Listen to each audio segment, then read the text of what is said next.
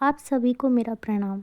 आज की इस वीडियो में हम छठी मैया की पावन पौराणिक कथा एवं उसके महत्व का श्रवण करेंगे। सूर्यदेव को समर्पित छठ पूजा एक प्राचीन हिंदू त्योहार है। छठ पर्व के दौरान छठी मैया की पूजा के साथ साथ सूर्य नारायण भगवान की पूजा भी की जाती है। वैसे तो छठ पूजा की शुरुआत कार्तिक शुक्ल पक्ष की चतुर्थी तिथि से हो जाती है, पर छठी और सप्तमी तिथि पर छठी मैया और सूर्य देव की विशेष उपासना की जाती है। मान्यता यह है कि छठ व्रत करने और कथा का श्रवण करने से संतान सुखी और दीर्घायु होती है। इसके अलावा मान्यता ये भी है कि छठी मैया संतानों की भी झोली भरती है। तो प्रिय भक्तगण, आप सब भक्ति और प्रसन्न चित्त से इस पौराणिक कथा का श्रवण करें। तो चलिए शुरू करते हैं। सबसे पहले हम सुनेंगे सूर्य नारायण भगवान की कथा। हिंदू धार्मिक ग्रंथों और पौराणिक कथाओं के मुताबिक छठी मैया ब्रह्मा जी की मानस पुत्री हैं। ये सूर्य देव की बहन भी मानी जाती हैं। छठ व्रत में इन्हीं षष्ठी मैया की पूजा की जाती है, इसीलिए इस व्रत का नाम छठ पड़ा। पौराणिक कथाओं के अनुसार ब्रह्मा जी ने सृष्टि की रचना करने के लिए खुद को 2 भागों में बांटा, जिसमें दाएं हाथ में पुरुष और बाएं हाथ में प्रकृति का रूप सामने आया। माना जाता है कि सृष्टि की अधिष्ठात्री प्रकृति देवी की एक अंश को देवसेना कहा जाता है, क्योंकि प्रकृति का छठ अंश होने की वजह से देवी का एक नाम षष्ठी भी है, जिन्हें हम छठी मैया के नाम से जानते हैं। तो आइए शुरू करते हैं सूर्यदेव भगवान की कथा। एक ब्राह्मण सूर्य भगवान का परम भक्त था। रोजाना वह नहा धोकर सूर्य भगवान की पूजा करता एवं कहानी कहता, पर वह ब्राह्मण कमाई के नाम पर कुछ भी नहीं करता था। जब ब्राह्मण अपने घर में रहता तो उसकी पत्नी धन कमाने के लिए उसे टोकती रहती थी, और जब वह बाहर जाता तो पड़ोसी भी उसे निकम्मा कहकर चिढ़ाया करते थे। उन सबके इन्हीं तानों की वजह से ब्राह्मण परेशान हो गया और एक दिन अपनी सूर्यदेव भगवान की पूजा की सामग्री लेकर जंगल में चला गया और वहाँ सूखे पीपल के पेड़ के नीचे बैठकर पूजा पाठ करने लगा।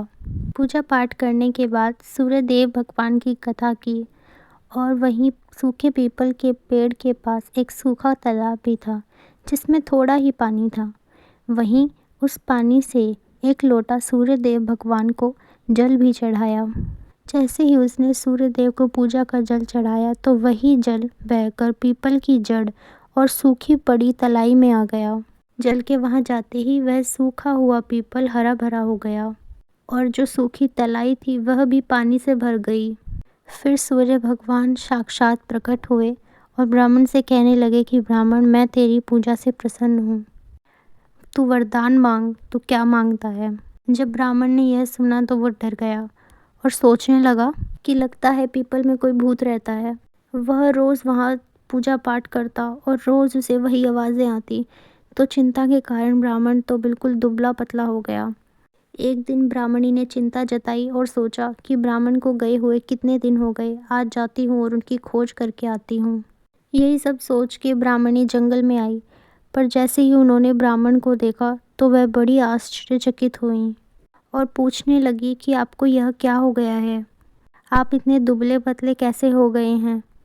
तो ब्राह्मण ने सारा हाल बताया।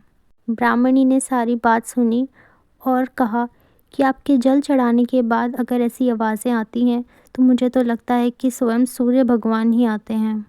कल अगर आपको फिर से वही आवाज़ें सुनाई दें तो सब कुछ मांग लेना।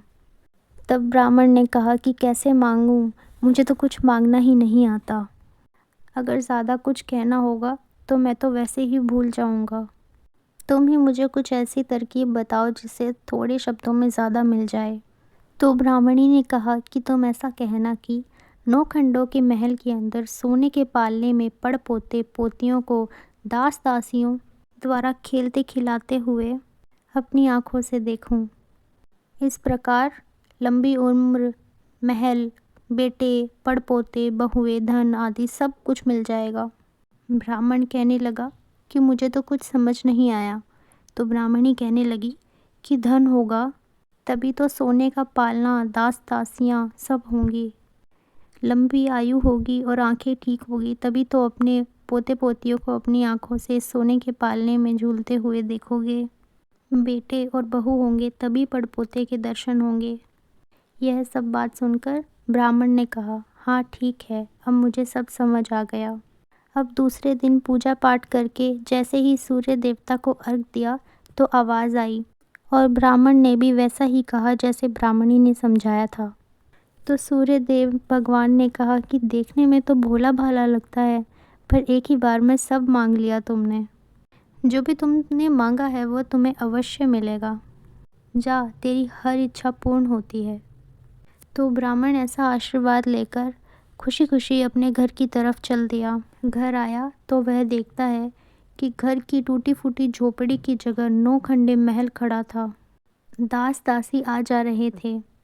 तो उनसे ब्राह्मण ने कहा कि यहाँ तो मेरी झोपड़ी थी और एक बड़ी ब्राह्मणी थी, वह कहाँ गई? तभी खूबसूरत कपड़ों और आभूषणों से सजी हुई बाहर निकलती है। आ जाओ स्वामी, यह अपना ही घर है। सूर्यदेव भगवान ने आपकी सारी मनोकामना पूरे कर दी है। तब ब्राह्मण ने कहा कि हम इतने सारे धन का क्या करेंगे? तब ब्राह्मणी ने कहा कि धन से क्या नहीं होता, हम दान पुण्य करेंगे, यज्ञ करेंगे, होम करेंगे, भूखों को भोजन कराएंगे, ज़रूरतमंदों की मदद करेंगे, प्याऊ लगवाएंगे, धर्मशाला बनवाएंगे। तो ब्राह्मण ने ब्राह्मणी के कहे अनुसार वैसा ही किया। अब थोड़े ही समय में सारी प्रजा राजा के बजाय उस ब्राह्मण का गुणगान करने लगी। जब राजा तक यह बात पहुंची तो राजा ने उसे महल में बुलाया और पूछा कि कल तक तो आपके हालात बहुत ख़राब थे, अचानक इतनी धन संपत्ति कहाँ से आई? कहाँ पर चोरी की है? कहीं डाका डाला है? क्या किया है मुझे बताओ। तब ब्राह्मण कहता है कि महाराज, ना तो मैंने कोई डाका डाला है और ना ही कोई चोरी की है। यह सब तो मुझे सूर्य देव भगवान की कृपा से प्राप्त हुआ है। इसी के साथ ब्राह्मण ने सारी बात राजा को बता दी। राजा ने कहा कि ब्राह्मण देवता, मेरी कोई संतान नहीं है, आप कुछ ऐसा बताइए जिससे मुझे संतान प्राप्ति हो सके। तो ब्राह्मण ने राजा को पूजा विधि बताई और राजा ने वैसा ही किया। तो राजा के घर 10वें महीने एक सुंदर पुत्र ने जन्म लिया। अब तो सूर्यदेव भगवान की सभी जय जयकार करने लगे। हे भगवान, जैसे आपने ब्राह्मण और राजा की सुनी और उनकी सारी मनोकामनाएं पूर्ण की, वैसे ही सबकी करना। कहानी कहने वाले और सुनने वाले सबकी करना। बोलिए सूर्यदेव भगवान की जय। आइए अब श्रवण करते हैं छठी मैया की लोक कथा। फिर उसके बाद श्रवण करेंगे छठ पूजा की पौराणिक कथा। बहुत समय पहले की बात है। एक विधवा औरत रहती थी। उसके एक बेटा भी था। वह छठी मैया की परम भक्त थी। वह हर साल छठी मैया का व्रत किया करती थी। अब धीरे धीरे उसका बेटा बड़ा हो गया। अब बुढ़िया ने अपने बेटे की शादी कर दी और बहू नए विचारों वाली आ गई। वह पूजा पाठ में बिल्कुल भी विश्वास नहीं करती थी। एक बार बुढ़िया छठी मैया के व्रत की तैयारी कर रही थी तो बुढ़िया का बेटा आम के पत्ते और पूजा की सामग्री बाजार से खरीद कर घर ला रहा था और यह सब कुछ उस बूढ़ी अम्मा की बहू देख रही थी। वह ज़ोर ज़ोर से हंसने लगी और कहने लगी कि अम्मा, दुनिया तो कहाँ से कहाँ पहुँच गई है और आप अभी भी उसी मानसिकता में और उसी रीति रिवाज में बंधी बैठी हो। लोग आज आसमान छू रहे हैं और आप इतनी अंधविश्वासी हो कि व्रत और पूजा पाठ में ही अपना ध्यान लगाए रखती हो। इन सब में कुछ नहीं है, इनसे कुछ नहीं होता। पर बूढ़ी माता को उस बहू की बातों से कोई फ़र्क नहीं पड़ा। उन पर इसका कोई असर नहीं हुआ। बूढ़ी अम्मा अपने ही तैयारियों में मस्त थी। जब छठी मैया की पूजन की तैयारियां करने लगी तो बहू बोली, यह सब बेकार की बातें हैं, इन सब में कुछ नहीं रखा। इस उम्र में अगर तुम 3 दिन भूखी रहोगी तो पक्का बीमार पड़ जाओगी और अपनी सेहत बिगाड़ लोगी। यह सब बात सुनकर बुढ़िया मुस्कुराने लगी और कहने लगी कि शादी के बाद मुझे कोई संतान नहीं थी। तब मैंने इन्हीं माता का व्रत किया था और माता ने प्रसन्न होकर मुझे संतान का आशीर्वाद दिया था और उसी कृपा से मुझे संतान हुई। तो इस तरह से तेरा पति भी उन्हीं माता का आशीर्वाद है। यह अंधविश्वास नहीं, माता का कण कण में निवास है। तुम भी मेरी बात मानो और मेरे साथ इस व्रत को करो। तुम्हारी भी कोई संतान नहीं है और इसके करने से ज़रूर होगी। मैं चाहती हूँ तुम्हारी गोद भी जल्दी ही भर जाए। परंतु सासू माँ की बात से उस बहू पर कोई असर नहीं हुआ। वह मुंह टेढ़ा करके कहने लगी कि मुझे कौन सा दुख है जो मैं इस व्रत को करूं। मैं अपने जीवन में बहुत खुश हूँ। मुझे इतना सुंदर पति मिला है, मुझे जीवन में सब कुछ मिल गया। आलीशान घर मिला है, खाने पीने की कोई कमी नहीं है। पूरे गांव में ऐसा कोई भी धनवान नहीं है, तो मैं जानबूझकर 3 दिनों तक भूखी क्यों रहूं?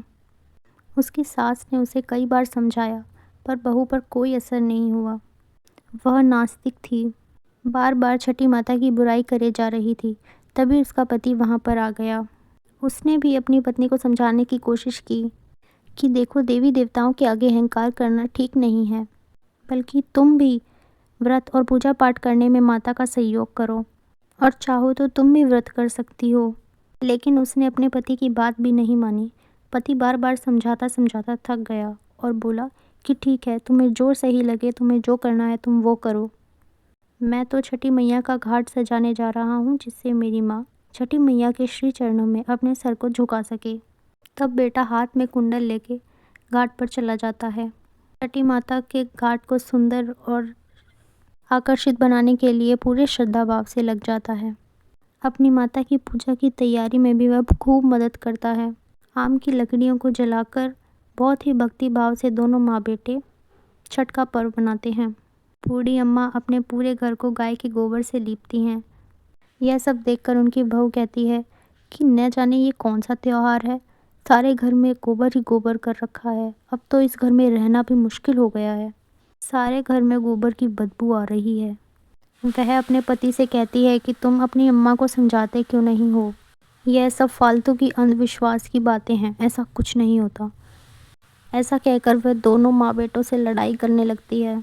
तो उसका पति उसे कहता है कि तुम अम्मा से झगड़ा मत करो, जो कुछ कहना है तुम्हें तुम मुझसे कह लो, और जाओ जल्दी से तैयार हो जाओ। छठी मैया की पूजा के लिए घाट पर जाने का समय हो गया है।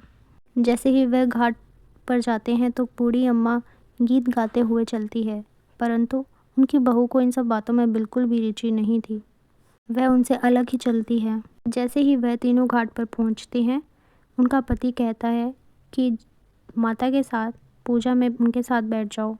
तब उसकी पत्नी कहती है कि मैं यहाँ नहीं बैठने वाली, मैं तो मेला देखने जाऊँगी, तुम ही अपनी माँ के साथ बैठो। ऐसा कहकर वह वहाँ से चली जाती है और सामने के हलवाई की दुकान पर जलेबी खाने लगती है। यह सब देख के उसका पति कहता है कि ये तुम क्या कर रही हो।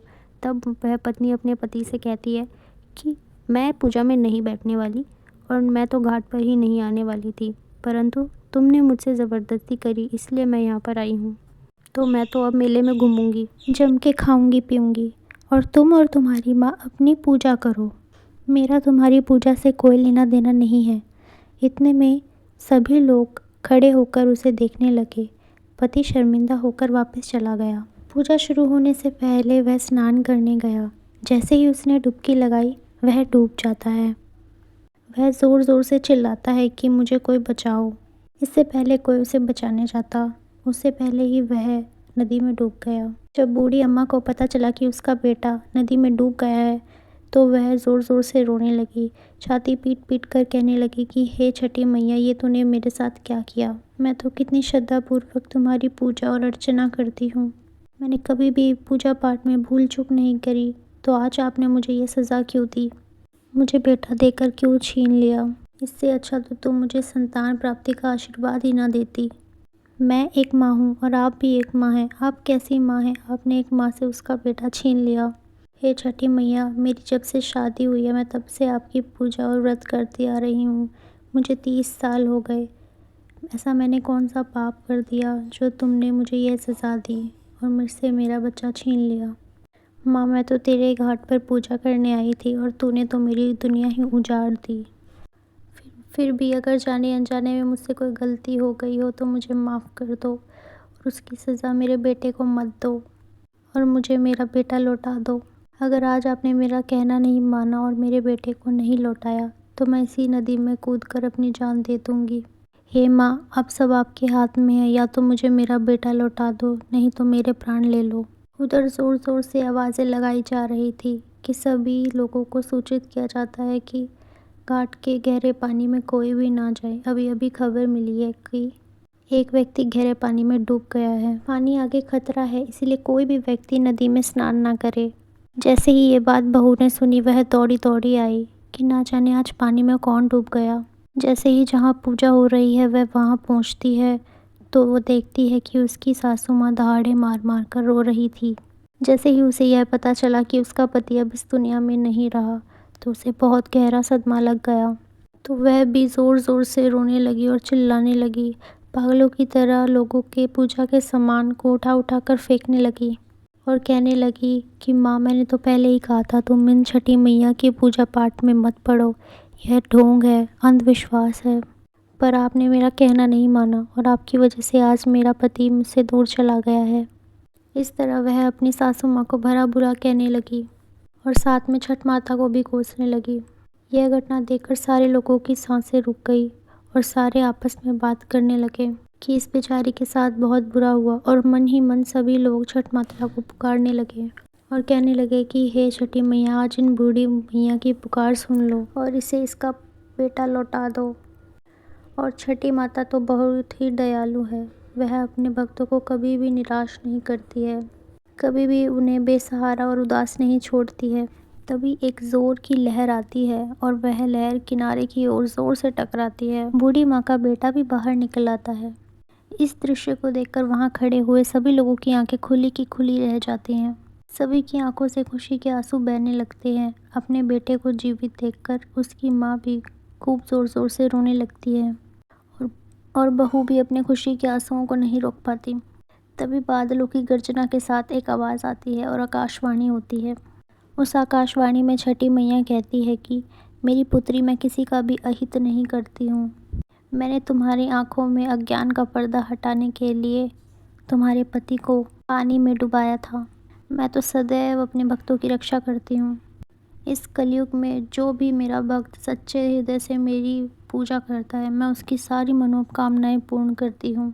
तूने अपने पति और सास की पूजा का मजाक बनाकर अच्छा नहीं किया। यह सब सुनकर बूढ़ी मैया की बहू छठी मैया से माफ़ी मांगने लगती है। कहती है कि हे माँ, मुझसे गलती हो गई। आज के बाद मैं भी आपका व्रत अपनी सासू माँ के साथ मिलकर बहुत श्रद्धा भाव से किया करूँगी। मुझे क्षमा कर दो, मुझसे बहुत बड़ी गलती हो गई है। यह सब देखकर वहाँ खड़े हुए सभी लोग आश्चर्यचकित होते हैं और फिर माता के नाम का जयकारा लगाने लगते हैं। यह सब देखकर बूढ़ी मैया बहुत खुश होती है और अपने बहू और बेटी के साथ छठी मैया की पूजा करती है। उसके बाद हर साल वह बहू अपनी सासू माँ के साथ छठी मैया का व्रत करना शुरू कर देती है। तो छठी मैया के आशीर्वाद से उसे भी पुत्र रत्न की प्राप्ति होती है।